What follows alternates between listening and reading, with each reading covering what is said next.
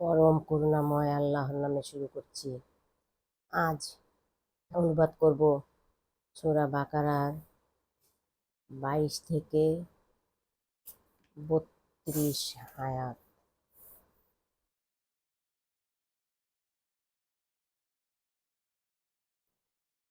23 নম্বর আয়াতে আল্লাহ বলেছেন, আমার বান্দার প্রতি যে কিতাব নাজিল করেছি তাতে তোমাদের কোনো সন্দেহ থাকলে অনুরূপ কোনো সূরা রচনা করে আনো। তোমরা সত্যবাদী হলে অবশ্যই এ কাজ করে দেখাবে। এর জন্য আল্লাহ ছাড়া তোমাদের সকলকে একত্রিত করে সাহায্য চাও, কিন্তু তোমরা যদি তা না করো নিশ্চয়ই তা করতে পারবে না। তবে সে আগুনকে ভয় করো, মানুষ এবং পাথর যার ইন্ধন, যা কাফের লোকদের জন্য প্রস্তুত করা হয়েছে। যারা বিশ্বাস করে ও সৎ কাজ করে তাদের শুভ সংবাদ দাও যে তাদের জন্য রয়েছে বেহেশত, যার তলদেশে ঝর্ণা ধারা প্রবাহিত। যখনই তাদের ফলমূল খেতে দেওয়া হবে তখনই তারা বলবে, আমাদের পূর্বে জীবিকারূপে যা দেওয়া হতো এ তো তাই, পৃথিবীর ফলের মতোই, এবং সেখানে তাদের জন্য পবিত্র স্ত্রী রয়েছে, তারা সেখানে চিরদিন থাকবে। আল্লাহ মশা কিংবা তার উচ্চ পর্যায়ের কোনো বস্তুর উদাহরণ দিতে দ্বিধাবোধ করেন না। সুতরাং যারা ঈমানদার তারা জানে যে উদাহরণ তাদের পালনকর্তার নিকট থেকে এসেছে, কিন্তু যারা কুফরি করে তারা বলে, আল্লাহ কী উদ্দেশ্যে এমন একটি উদাহরণ দিয়েছেন? এ দ্বারা তিনি অনেককেই বিভ্রান্ত করেন, আবার বহুজনকে সৎপথে পরিচালিত করেন। বস্তুত তিনি সৎপথ পরিত্যাগীদের বিভ্রান্ত করেন, যারা আল্লাহর সাথে দৃঢ় অঙ্গীকার করার পর তা ভঙ্গ করে এবং যে সম্পর্ক অক্ষুণ্ণ রাখতে আল্লাহ নির্দেশ দিয়েছেন তা ছিন্ন করে এবং পৃথিবীতে অশান্তি সৃষ্টি করে বেড়ায়, তারাই ক্ষতিগ্রস্তদের অন্তর্ভুক্ত।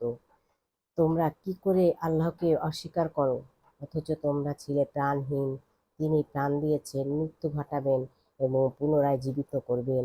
পরিণামে তার কাছেই ফিরে যেতে হবে। তিনি ভূমণ্ডলের সব কিছু তোমাদের জন্য সৃষ্টি করেছেন। তারপর তিনি আকাশমণ্ডলের দিকে মনোসংযোগ দেন এবং সপ্ত আকাশ তৈরি করেন। তিনি সকল বিষয়ে সবিশেষ অবহিত।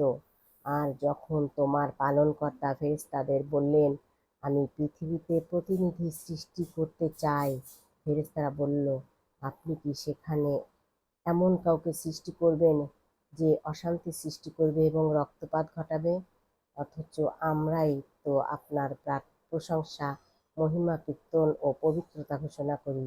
আল্লাহ বললেন, নিশ্চয়ই আমি যা জানি তোমরা তা জানো না। এবং তিনি আদমকে সবকিছুর নাম শিক্ষা দিলেন।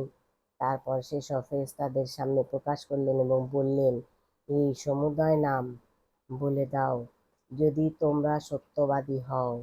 ফেরেশতারা বলল, আপনি মহান, পবিত্র। আপনি যা শিক্ষা দিয়েছেন তা ছাড়া আমাদের তো কোনো জ্ঞান নাই। নিশ্চয়ই আপনি জ্ঞানময়, প্রজ্ঞাময়। 32 নম্বর আয়াতে আল্লাহ বলেছেন, আল্লাহ এরূপ অনুষ্ঠানের দ্বারা তাদের জানিয়ে দিলেন যে আদম আলাহিসাল্লামকে আমি ক্ষমতা ও এখতিয়ারই শুধু দিয়েছি তাই না, সেই সঙ্গে জ্ঞানও দিয়েছি। আদম আলাহিসাল্লামকে খলিফা নিযুক্ত করায় তোমরা যে বিপর্যয়ের আশঙ্কা করেছিলে তা প্রকৃত ব্যাপারের একটি দিক মাত্র। তাতে কল্যাণের একটি বৃহত্তম সম্ভাবনাময় দিকও রয়েছে এবং তা প্রকৃত ব্যাপারের একটি দিক অপেক্ষা অধিকতর মূল্যবান ও গুরুত্বপূর্ণ। অতএব সামান্য বিপর্যয়ের কারণে বৃহত্তর সম্ভাব্য কল্যাণকে উপেক্ষা করা কখনো বুদ্ধিমানের কাজ হতে পারে না, সঙ্গে তার নিকটে যাওয়ার পরিণাম।